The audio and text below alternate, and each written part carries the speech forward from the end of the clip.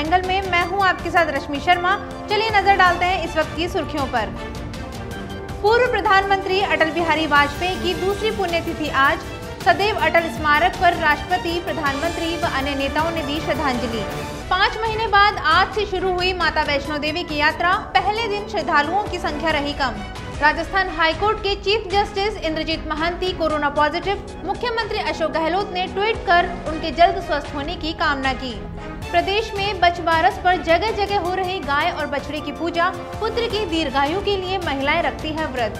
Taiwan ने 66 लड़ाकू विमान खरीदने के लिए अमेरिका की एक कंपनी के साथ समझौते पर हस्ताक्षर कर दिए हैं। माना जा रहा है कि इस डील के होने से चीन बौखला सकता है। ये विमान 3 दशक पहले खरीदे गए लड़ाकू विमान से ज्यादा ताकतवर हैं। ताइवान के पास पुराने 150 F-16 लड़ाकू विमान हैं, जिसे उस वक्त तत्कालीन राष्ट्रपति जॉर्ज बुश ने मंजूरी दी थी। अब ताइवान को नई तकनीक के साथ ये लड़ाकू विमान मिलेंगे। हालांकि चीन इस सौदे को अस्वीकार कर विरोध जता सकता है, क्योंकि चीन हमेशा से ताइवान को अपना हिस्सा बताता रहा है। इसे लेकर वह पहले भी ताइवान को हथियार दिए जाने वाली डील का विरोध करता रहा है। पूर्व प्रधानमंत्री अटल बिहारी वाजपेयी की आज दूसरी पुण्यतिथि है। दिल्ली स्थित सदैव अटल स्मारक पर राष्ट्रपति कोविंद, उपराष्ट्रपति वेंकैया नायडू, प्रधानमंत्री नरेंद्र मोदी और रक्षा मंत्री राजनाथ सिंह पहुंचकर उन्हें श्रद्धांजलि दी। वहीं पूर्व पीएम की बेटी नमिता कौल भट्टाचार्य और पोती निहारिक ने भी सदैव अटल स्मारक पहुंचकर उन्हें श्रद्धांजलि अर्पित की। साल 2018 में एक लंबी बीमारी से जूझने के बाद पूर्व पीएम वाजपेयी ने दिल्ली के एम्स अस्पताल में आखिरी सांस ली थी। प्रधानमंत्री नरेंद्र मोदी ने इस मौके पर एक वीडियो संदेश जारी किया। 1 मिनट 48 सेकंड के इस वीडियो की शुरुआत उनकी मशहूर कविता हार नहीं मानूंगा, रार नहीं ठानूंगा से हुई।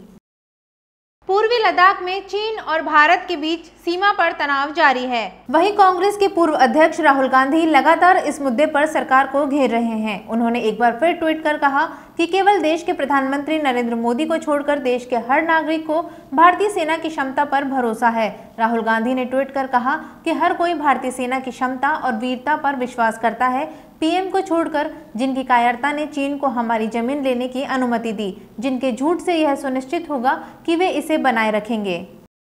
माता वैष्णो देवी के भक्तों के लिए अच्छी खबर है। कोरोना वायरस के कारण 5 महीने से बंद चल रही वैष्णो देवी यात्रा को फिर से शुरू कर दिया गया है। वैष्णो देवी की यात्रा का आज पहला दिन है। पहले दिन के कारण श्रद्धालुओं की संख्या बहुत कम है, लेकिन उनको भी नियमों का पालन करके ही आगे जाना पड़ रहा है। वैष्णो देवी के दरबार जाने के लिए श्रद्धालुओं को मास्क पहनना जरूरी है और साथ ही जो श्रद्धालु बाहरी राज्यों से आएंगे उनका कोविड टेस्ट भी कराया जाएगा। वहीं जो जम्मू कश्मीर के कोरोना के रेड जोन से आने वाले श्रद्धालु होंगे उनका भी कोरोना टेस्ट होगा। भाजपा के राष्ट्रीय प्रवक्ता संबित पात्रा के खिलाफ राजस्थान के हर जिले के पुलिस थानों में परिवाद दिया गया है। यूथ कांग्रेस के जिला अध्यक्षों एवं विधानसभा अध्यक्षों ने पात्रा पर कांग्रेस प्रवक्ता राजीव त्यागी की गैर इरादतन हत्या का आरोप लगाते हुए 39 थानों में परिवाद दिया है। गौरतलब है कि प्रदेश से पहले कुछ अन्य राज्यों में भी पात्रा के खिलाफ कांग्रेस ने राजीव त्यागी की हत्या का संगीन आरोप लगाते हुए परिवाद दर्ज करवाए हैं। यही नहीं, त्यागी की पत्नी भी उनके पति की हृदयघात से हुई मृत्यु की वजह में संबित पात्रा की भूमिका होने के आरोप भी लगा चुकी है। बॉलीवुड के दिवंगत अभिनेता सुशांत सिंह राजपूत के मामले में बयानबाजी का दौर जारी है। महाराष्ट्र के पूर्व मुख्यमंत्री और भाजपा के वरिष्ठ नेता नारायण राणे ने मामले पर प्रतिक्रिया देते हुए कहा कि शिवसेना के बयान से एक शक पैदा होता है। उन्होंने कहा कि मुंबई पुलिस मामले के दबाव में जांच कर रही है। इतना ही नहीं, उन्होंने इसे हत्या करार दिया है। एक निजी चैनल से बातचीत में उन्होंने कहा कि सुशांत को न्याय के लिए सीबीआई जांच होनी चाहिए। उन्होंने कहा कि आत्महत्या नहीं, हत्या है। राणे ने कहा कि शिवसेना के बयान से शक पैदा होता है। राज्य के मंत्री पर निशाना साधते हुए उन्होंने कहा कि मैंने आदित्य ठाकरे का नाम नहीं लिया है। देश में कोरोना वायरस संक्रमण के मामलों में लगातार तेजी जारी है। पिछले 24 घंटे में 944 लोगों की मौत होने से मृतकों की संख्या बढ़कर 49,980 हो गई है। देश में संक्रमण के मामले बढ़कर 25,79,682 हो गए हैं। 18 लाख से अधिक लोग उपचार के बाद इस बीमारी से उबर चुके हैं। वहीं राजस्थान में पिछले 12 घंटों के दौरान कोरोना के 687 नए पॉजिटिव मामले सामने आए।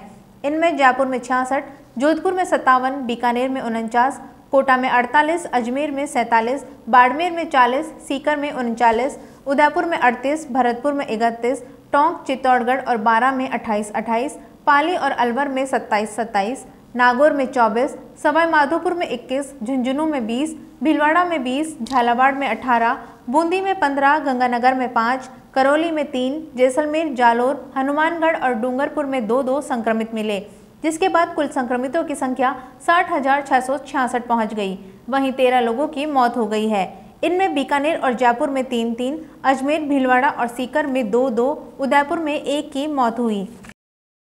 राजस्थान हाईकोर्ट के मुख्य न्यायाधीश इंद्रजीत महांती कोरोना पॉजिटिव पाए गए हैं। सीजे के कोरोना होने की पुष्टि के बाद हाईकोर्ट बार ने उन सभी लोगों से जांच कराने की अपील की है जिन्होंने सीजे के साथ स्वतंत्रता दिवस समारोह में हिस्सा लिया था। दरअसल सीजे ने पहले हाईकोर्ट और बाद में सेशन कोर्ट पहुंचकर झंडारोहण किया था। सीजे महांती के कोरोना पॉजिटिव होने की पुष्टि के बाद सीएम गहलोत ने भी ट्वीट करके उनके जल्द स्वस्थ होने की कामना की है। भारत में मनाए जाने वाले विभिन्न व्रत पर्वों के पीछे परंपरा के साथ ही एक गूढ़ संदेश भी होता है। ऐसा ही एक पर्व है बछबारस। इसे वत्स द्वादशी भी कहा जाता है। यह व्रत संतान की लंबी आयु और उसके उज्जवल भविष्य के लिए किया जाता है। हर वर्ष भाद्रपद में कृष्ण पक्ष की द्वादशी को बछबारस मनाया जाता है। इस दिन गाय तथा बछड़े की पूजा की जाती है। पूजन तथा उपवास कर संतान की लंबी आयु और सुख सौभाग्य की कामना की जाती है। राजधानी जयपुर में भी औरतों ने गायों की पूजा की। रेलवे में देश भर के 17 जोनल में खाली 1,40,000 पदों पर जल्दी ही भर्ती परीक्षा का आयोजन किया जाना था। इसके लिए रेलवे ने पिछले साल की शुरुआत में भर्ती का नोटिफिकेशन जारी किया था, लेकिन 1.5 साल बाद भी रेलवे इस भर्ती परीक्षा का आयोजन नहीं कर सका है। दरअसल इन पदों के लिए रेलवे भर्ती बोर्ड ऑनलाइन आवेदन ले चुका है। इन पदों के लिए देश भर से करीब 2.5 करोड़ से भी ज्यादा आवेदन मिले थे। इनमें से 2,43,01,075 अभ्यर्थियों के आवेदन स्वीकार किए गए जो इस परीक्षा में भाग लेंगे। आरआरबी सभी जगह परीक्षा का आयोजन ऑनलाइन ही करेगा। हालांकि अभी तक भर्ती बोर्ड परीक्षा की तारीख ही घोषित नहीं कर पाया है। आरआरबी अभी परीक्षा संचालन की एजेंसी की खोज भी कर रहा है। झुंझुनू जिला मुख्यालय स्थित कांग्रेस भवन में स्वतंत्रता दिवस हर्षोल्लास के साथ मनाया गया। कांग्रेस कमेटी के उपाध्यक्ष एमडी चौबदार ने राष्ट्रीय ध्वज फहराया। इस दौरान जिला कांग्रेस कमेटी के उपाध्यक्ष एमडी चौबदार ने राष्ट्रीय पर्व पर उपस्थित लोगों को संबोधित करते हुए कहा कि लाखों लोगों की कुर्बानी के बाद देश को स्वतंत्रता मिली है। उन्होंने जिले के शहीदों एवं स्वतंत्रता सेनानियों को याद करते हुए कहा कि उनकी ही बदौलत आज हम कोहिनूर की तरफ दिखाई देने वाली इस आज़ादी में खुली सांस ले रहे हैं। वक्ताओं के रूप में कांग्रेस प्रतिपक्ष नेता अली हसन परवेज बाबू भाई ने भी संबोधित किया।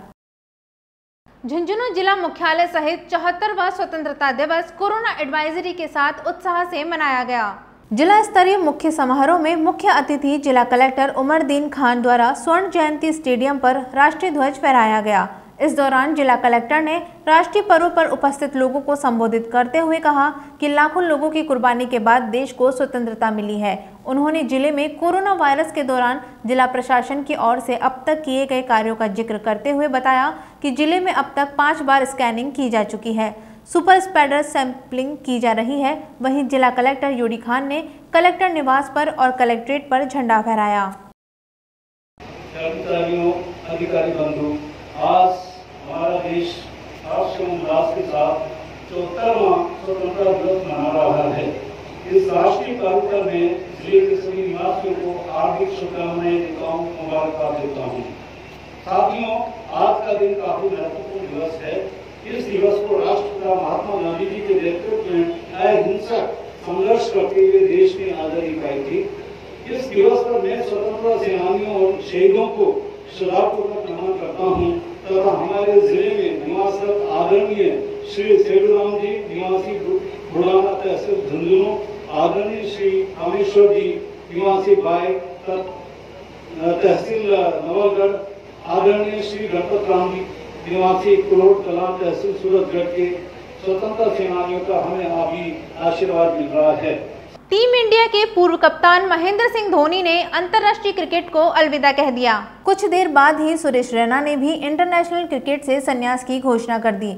दोनों इस समय चेन्नई में हैं। सीएसके के आधिकारिक इंस्टाग्राम अकाउंट से एक वीडियो शेयर किया गया है जिसमें धोनी और रैना एक दूसरे को गले लगाते हुए नजर आ रहे हैं। धोनी और रैना के संन्यास की घोषणा के बाद यह पहला वीडियो है जो सोशल मीडिया पर शेयर किया गया है। धोनी और रैना सीएसके के ट्रेनिंग कैंप में हिस्सा लेने के लिए 14 अगस्त को ही चेन्नई पहुंचे और 15 अगस्त को दोनों ने इंटरनेशनल क्रिकेट को अलविदा कह दिया। धोनी के क्रिकेट से अलविदा कहने पर राजस्थान मुख्यमंत्री अशोक गहलोत ने ट्वीट कर उनके उज्जवल भविष्य की कामना की। अभी के लिए इतना ही। बने रहिए द एंगल के साथ। नमस्कार।